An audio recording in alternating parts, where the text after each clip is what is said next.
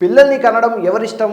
ఇది వ్యక్తిగత విషయమా లేక ప్రభుత్వాలు నిర్ణయించాల్సిన విషయమా? ఏపీ సీఎం చంద్రబాబు ఎప్పుడు ఏదో విషయాన్ని తన ఖాతాలో వేసుకుని తాను విజనరీ లీడర్గా ప్రచారం చేసుకుంటాడు. హైదరాబాద్ని నిర్మించింది తానే అని, హైటెక్ సిటీని కట్టి అక్కడికి కంప్యూటర్లు పట్టుకొచ్చానని ఛాన్స్ దొరికినప్పుడల్లా చెప్తుంటాడు చంద్రబాబు. ఆ మధ్య హైదరాబాద్ బిర్యానీని తానే ప్రమోట్ చేశానని, అంతేకాదు చార్మినార్లో ముత్యాలను అక్కడి మార్కెట్ను తానే ప్రమోట్ చేశానని చెప్పాడు. ఛాన్స్ దొరికితే సకల సమస్త జీవలోకం అంతా తన పాలనలోనే విరాజిల్లుతున్నాయని కూడా తన ఖాతాలో వేసుకుంటాడు కావచ్చు. మరోసారి అలాంటి పనే ముందరేసుకున్నాడు చంద్రబాబు. ప్రపంచంలో ఏ లీడర్ తీసుకుని ఓ విచిత్రమైన నిర్ణయం తీసుకున్నాడు.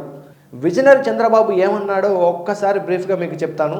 1997లో కుటుంబ నియంత్రణకు ప్రాధాన్యం ఇచ్చామన్న చంద్రబాబు, కుటుంబ నియంత్రణ కంటే జనాభా సంరక్షణ చాలా కష్టం అన్నాడు. ఇదే పరిస్థితి కొనసాగితే దేశాలు రాష్ట్రాలు మనుగడే కష్టం, అందుకే ప్రతి ఒక్కరూ 3 పిల్లల్ని కనండి అని పిలుపునిచ్చారు. 2 కంటే తక్కువ పిల్లలు ఉంటే వారు ఎలక్షన్స్లో పోటీ చేయకుండా అనర్హులుగా ప్రకటించే పరిస్థితి త్వరలో రాబోతుందని కామెంట్ చేసి అందరినీ ఆశ్చర్యపరిచారు. ఆ మధ్య తమిళనాడు సీఎం స్టాలిన్ కూడా ఎక్కువ మంది పిల్లల్ని కనండి అని పిలుపునిచ్చారు. Hi friends, this is Mahesh. Chandrababu చేస్తున్న ఈ 3 పిల్లల థియరీని ఇప్పుడు పోస్ట్ మార్టం చేయబోతున్నాను. ఎక్కువ మంది పిల్లల్ని కనడం వల్ల రాబో రోజుల్లో యువతరం ఎక్కువగా పెరుగుతుందని లీడర్లు చెబుతున్నారు. మరి 3 పిల్లల్ని కనడం ఇప్పుడు ప్రాక్టికల్గా సాధ్యమవుతుందా? మన సొసైటీలో గ్రౌండ్ రియాలిటీ ఎలా ఉంది? వీడియో మిస్ అవ్వకుండా చివరి వరకు చూడండి, ఎందుకంటే 3 పిల్లల కాన్సెప్ట్కి రిలేటెడ్గా మన దేశంలో ప్రజెంట్ కామన్ మ్యాన్ ఫేస్ చేస్తున్న సమస్యలన్నింటికి లింకప్ అయి ఉంటుంది. మీరు మా ఛానల్ని సబ్స్క్రైబ్ చేయనట్లయితే ఇప్పుడే చేయండి. అలాగే మీకు ఈ వీడియోలో ఏదైనా విషయం రిలవెంట్గా అనిపించినా లేక మీ థాట్స్ షేర్ చేసుకోవాలనుకుంటే తప్పకుండా కమెంట్ చేయండి. జనక అయితే గనక ఈ సినిమా మీలో చాలామంది చూసే ఉంటారు. ఈ సినిమాలో హీరో సుహాస్ పెళ్ళైనా కానీ పిల్లల్ని కనొద్దని డిసైడ్ అవుతాడు. ఎందుకంటే పిల్లల్ని కంటే వారిని పెంచి పోషించాలంటే ఎంతో ఖర్చు అవుతుందని అతని దగ్గర ఓ లెక్క ఉంటుంది. ఆ లెక్క ప్రకారం మనోడు ₹1 కోటి సంపాదించాకే పిల్లల్ని కనాలనుకుంటాడు, అది కూడా ఒక్కరినే. అయితే అన్ఎక్స్పెక్టెడ్గా అతడు ఓ బేబీకి తండ్రి అవడం, అలా అయ్యాక నడిచొచ్చే కొడుకు పుడితే కాలం కలిసొచ్చినట్లు అదే సమయంలో ₹1 కోటి లక్కీగా తన ఖాతాలో వేసుకుంటాడు. ఇదంతా సినిమా అయినప్పటికీ ₹1 కోటి ఖర్చు కాకపోయినా నేడు ఒక్కో పిల్లగాడికి దాదాపు 60 లక్షల నుంచి 80 లక్షల వరకు ఫర్ యావరేజ్గా ఖర్చు అవుతుంది. ఒకసారి ఒక ఇంట్లో ఒకరిని చదివించాలంటే అంటే నర్సరీ నుంచి ఇంజనీరింగ్ వరకు ఎంత ఖర్చు వస్తుంది ఓ అంచనా ప్రకారం చూద్దాం. ఫర్ యావరేజ్గా nursery school fee 15,000, books, uniform, transport ఇవన్నీ మరో 10,000. మొత్తం సంవత్సరానికి 25 నుంచి 35,000 ఖర్చు వస్తుంది. నేను రిచ్ కిడ్స్ చదివే స్కూల్స్ గురించి మాట్లాడడం లేదు, ఓ సగటు ఉద్యోగి తన పిల్లలను చదివించే స్కూల్స్ గురించి మాట్లాడుతున్నా.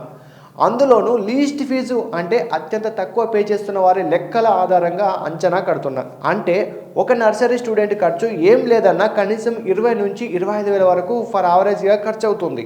ఎల్కేజీ ప్లస్ యూకేజీ 30 నుంచి 35,000, first class 40,000, second class 45, third class 50,000, ఇలా ప్రతి క్లాస్కు 5,000 పెంచుకుంటూ పోయినా 10th క్లాస్ వచ్చేసరికి ఒక సంవత్సరానికి 85,000, ఇంటర్ 2 సంవత్సరాలు కలిపి ఓ 3 లక్షలు, ఇంజనీరింగ్ 4 సంవత్సరాలు ఓ 6.5 లక్షలు, మొత్తం 16 లక్షల నుంచి 17 లక్షల వరకు ఖర్చు అవుతుంది. అంటే నర్సరీ నుంచి ఇంజనీరింగ్ వరకు ఒక విద్యార్థి చదువుకి అవుతున్న ఖర్చు 17 లక్షలు. అదే ఇంట్లో 2 పిల్లలు ఉంటే వారిద్దరికి కేవలం చదువు కోసం పెట్టాల్సిన ఖర్చు దాదాపు 34 లక్షలు. వీరిలో చాలామంది తల్లిదండ్రులు వారి పిల్లలను అప్పులు చేసి మరీ చదివిస్తున్నారు. పోనీ ఇంత చదివించిన తర్వాత వారికి ఉద్యోగాలు వస్తాయంటే ఎలాంటి గ్యారెంటీ లేదు. ఇక వారికి హెల్త్ ఇష్యూస్ వస్తే ఇతర ఖర్చులు అన్నీ కలిపి దాదాపు 25 నుంచి 35 లక్షల వరకు ఖర్చు అవుతుంది. ఓ కామన్ మ్యాన్ ఇదంతా ఖర్చు చేయగలడా? ఇదంతా ఇప్పుడున్న కండిషన్స్ని బేస్ చేసుకొని చేస్తున్న లెక్కలు. ఆ లిస్టులో ఉన్న ఫీజులు, ఖర్చులను పరిగణలోకి తీసుకుంటేనే ఇదంతా. పోను ధరలు పెరిగి ఫీజులు కూడా పెరిగితే అప్పుడు లెక్క మరో విధంగా ఉంటుంది. ఇది కూడా చిన్న చిన్న ప్రైవేట్ ఉద్యోగాలు చేసుకునే వారి పరిస్థితి. 1-2 పిల్లలను చదివించడానికే తల్లిదండ్రులు పడుతున్న కష్టాలు, వారు చేస్తున్న సాక్రిఫైజులు చాలామందికి ప్రత్యక్ష అనుభవమే. ఇష్టం లేని జాబులు చేస్తూ ఎన్నో అవమానాలను భరిస్తారు. చాలామంది తండ్రులు అయితే కనీసం కొత్త షర్టు కూడా కొనుక్కోకుండా పిల్లల చదువు కోసం రూపాయి సేవ్ చేస్తారు. ఇలాంటి పరిస్థితుల్లో ఆ పిల్లలకు ఏదైనా అనారోగ్యం వస్తే పరిస్థితి ఏంటి? ఆ గవర్నమెంట్ హాస్పిటల్స్ ఎలా ఉంటాయో మనందరికీ తెలిసిందే. ప్రైవేట్ హాస్పిటల్స్కి వెళ్తే పరిస్థితి ఎలా ఉంటుందో అది కూడా అందరికీ తెలిసిందే. అప్పటి వరకు కూడబెట్టిన మనీ అంతా ఒక్కసారి మాయమవుతుంది. ఇదంతా జాబ్ ఉన్న వారి పరిస్థితి. అసలు ఏ జాబ్ లేకుండా కూలి పని చేసుకునే వారి గురించి చెప్పుకోవాలంటే మాటలు రావు. వారి పిల్లలైతే మధ్యలోనే చదువులు ఆపేస్తారు. ప్రభుత్వ పాఠశాలలకు కూడా పంపించకుండా హోటల్స్లో పనులు పెడతారు. అటు పల్లెల్లో చిన్న సన్నకారు రైతులకు పంట పెట్టుబడికి మించి ఆదాయం రాకపోవడంతో మిషనరీ మీద ఆధారపడుతున్నారు. వ్యవసాయ కూలీలను అవాయిడ్ చేస్తున్నారు. ఊళ్ళల్లో పనులు దొరక్క చాలామంది మహానగరాలకు పనుల కోసం వలసలు వెళ్తున్నారు. ఒకసారి హైదరాబాద్ లాంటి మహానగరాల్లో చూసుకుంటే పంజాగుట్ట, ఖైరతాబాద్, దిల్సుఖ్ నగర్ ఇలా ఎన్నో చోట్ల అడ్డా కూలీలుగా ప్రతిరోజు నిలబడి ఉంటారు. ఎవరైనా వచ్చి వారిని తీసుకెళ్తేనే వారికి ఆ రోజు పని, లేదంటే రోజంతా ఖాళీగా ఉండడమే. ఇలా భార్యాభర్తలు ఇద్దరు పనిచేస్తే కానీ ఆ కుటుంబాలు గడవని పరిస్థితిలో వారు ఎలా ముగ్గురిని కంటారు? పోనీ ముగ్గురిని కని మహిళ ఇంట్లోనే ఉంటే కుటుంబంలో ఒక్కరు పనిచేస్తే వచ్చే డబ్బుతో ఇల్లు గడిచే పరిస్థితి ఉంటుందా? కనడం సరే, ఆ మహిళ ఆరోగ్య పరిస్థితి ఏం కావాలి? పిల్లలను కనడమే పనిగా మహిళలు పెట్టుకుంటే ఇప్పుడున్న ఆ మాత్రం ఉద్యోగాలను మహిళలు అందిపుచ్చుకోలేరు.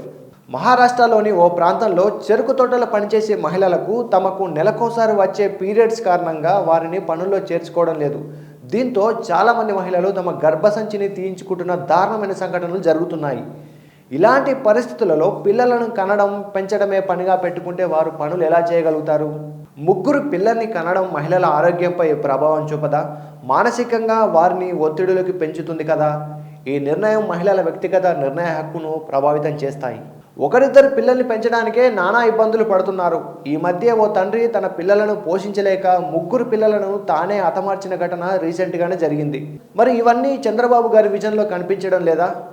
ముగ్గురు పిల్లల్ని కనండి, అలా కన్నవారికి 20,000 ఇస్తా అంటే ఏం చేసుకుంటారు ఆ మనీతో? మనం మేజర్గా డిస్కస్ చేయాల్సిన పాయింట్ ఏంటంటే, భారతదేశం ఇప్పటికే ప్రపంచంలో అత్యధిక జనాభా ఉన్న దేశం. మనం ఇప్పటికే చైనా జనాభాను దాటేశాము. ఇక దాటేయడానికి మనకంటే ముందు మరో దేశం కూడా లేదు. మనం పాకిస్తాన్తో పోల్చుకోవడం కాదు, కనీసం చైనా లాంటి దేశాలతో పోల్చుకోవాల్సిన అవసరం ఉంది.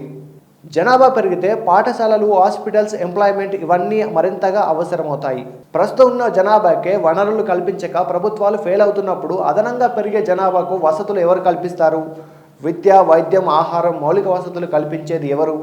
చంద్రబాబు గారు, మీరు చెప్పినట్లు ముగ్గురు పిల్లలను కనాలంటే ముందు ఆరోగ్యం కావాలి. మెడికల్ కాలేజీల ప్రైవేటీకరణ చేస్తున్నారు. మరి ముగ్గురు పిల్లలు ఉన్నవారు వారి పిల్లలకు ఆరోగ్య సమస్యలు వస్తే ఎవరు తీర్చగలరు? సిటిజన్స్ అందరికీ విద్య, వైద్యం, ఎంప్లాయ్మెంట్ కల్పించినట్లయితే అప్పుడు ఆ దేశంలో జనాభా పెరుగుదల అనేది మరింత అభివృద్ధికి హెల్ప్ అవుతుంది. ఎంతమంది ఎక్కువ సిటిజన్స్ ఉంటే అంత ప్రొడక్టివిటీ వస్తుంది. అలా వారందరికీ ఉద్యోగాలు కల్పించి అందరికీ సరిపడా ప్రొడక్టివిటీ బయటకు తీసుకురావచ్చు. ఇక్కడ జనాభా పెరగడం సమస్యలకు కారణం కాదు, మ్యాన్ పవర్ని సరైన విధంగా వాడుకోకపోవడమే. ఉన్న ఒకరిద్దరు పిల్లలకే చదువు చెప్పడానికి ఎన్నో తిప్పలు పడుతున్నారు. మరి అలాంటప్పుడు ముగ్గురు పిల్లల్ని ఎలా సాకుతారు? ఒకవేళ వారందరూ కింద మీద పడి డిగ్రీలు పాస్ అయినా వారికి ఉద్యోగాలు కల్పించే పరిస్థితి లేదు కదా? అంటే మన సిస్టంలో ఎంప్లాయ్మెంట్ కల్పించాలనే ఇష్యూని కేవలం నిరుద్యోగుల పాయింట్ ఆఫ్ వ్యూలోనే చూడాల్సిన అవసరం లేదు. నిరుద్యోగులకు ఉద్యోగాలు కల్పించడం అనేది మన దేశంలో ఉన్న మ్యాన్ పవర్ని యూటిలైజ్ చేసుకుని ప్రొడక్టివిటీని పెంచడానికి ఉపయోగించుకోవాలి. అప్పుడు వారి దగ్గర ఆ పని చేసిన మనీ ఉంటుంది. ఆ మనీతో రేపు ఏదైనా వస్తువు కొంటారు.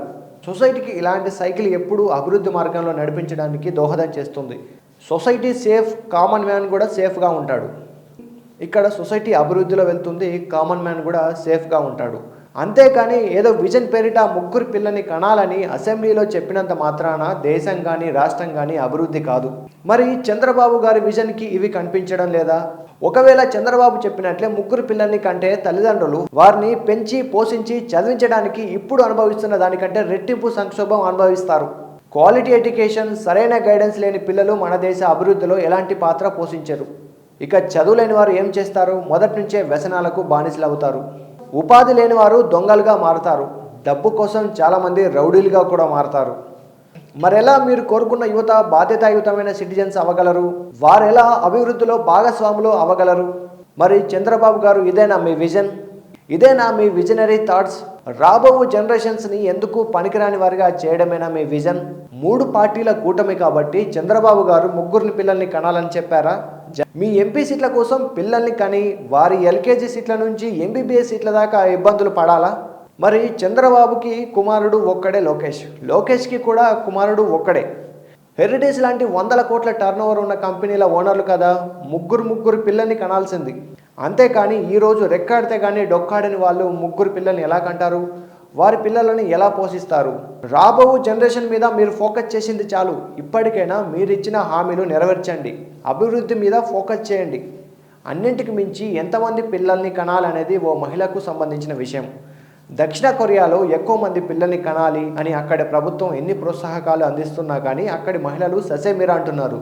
సో మీరేమంటారు? ఈ అనాలిసిస్ విన్నాక ముగ్గురు పిల్లల్ని కనాలన్న ఏపీ సీఎం చంద్రబాబు కామెంట్స్ నిజంగానే అభివృద్ధికి బాటలు వేస్తుందా లేక ఆచరణ సాధ్యమవుతుందా? ముగ్గురు పిల్లల థియరీ పట్ల అసలు మీ పర్సనల్ ఒపీనియన్ ఏంటి? కమెంట్స్లో తెలియజేయండి.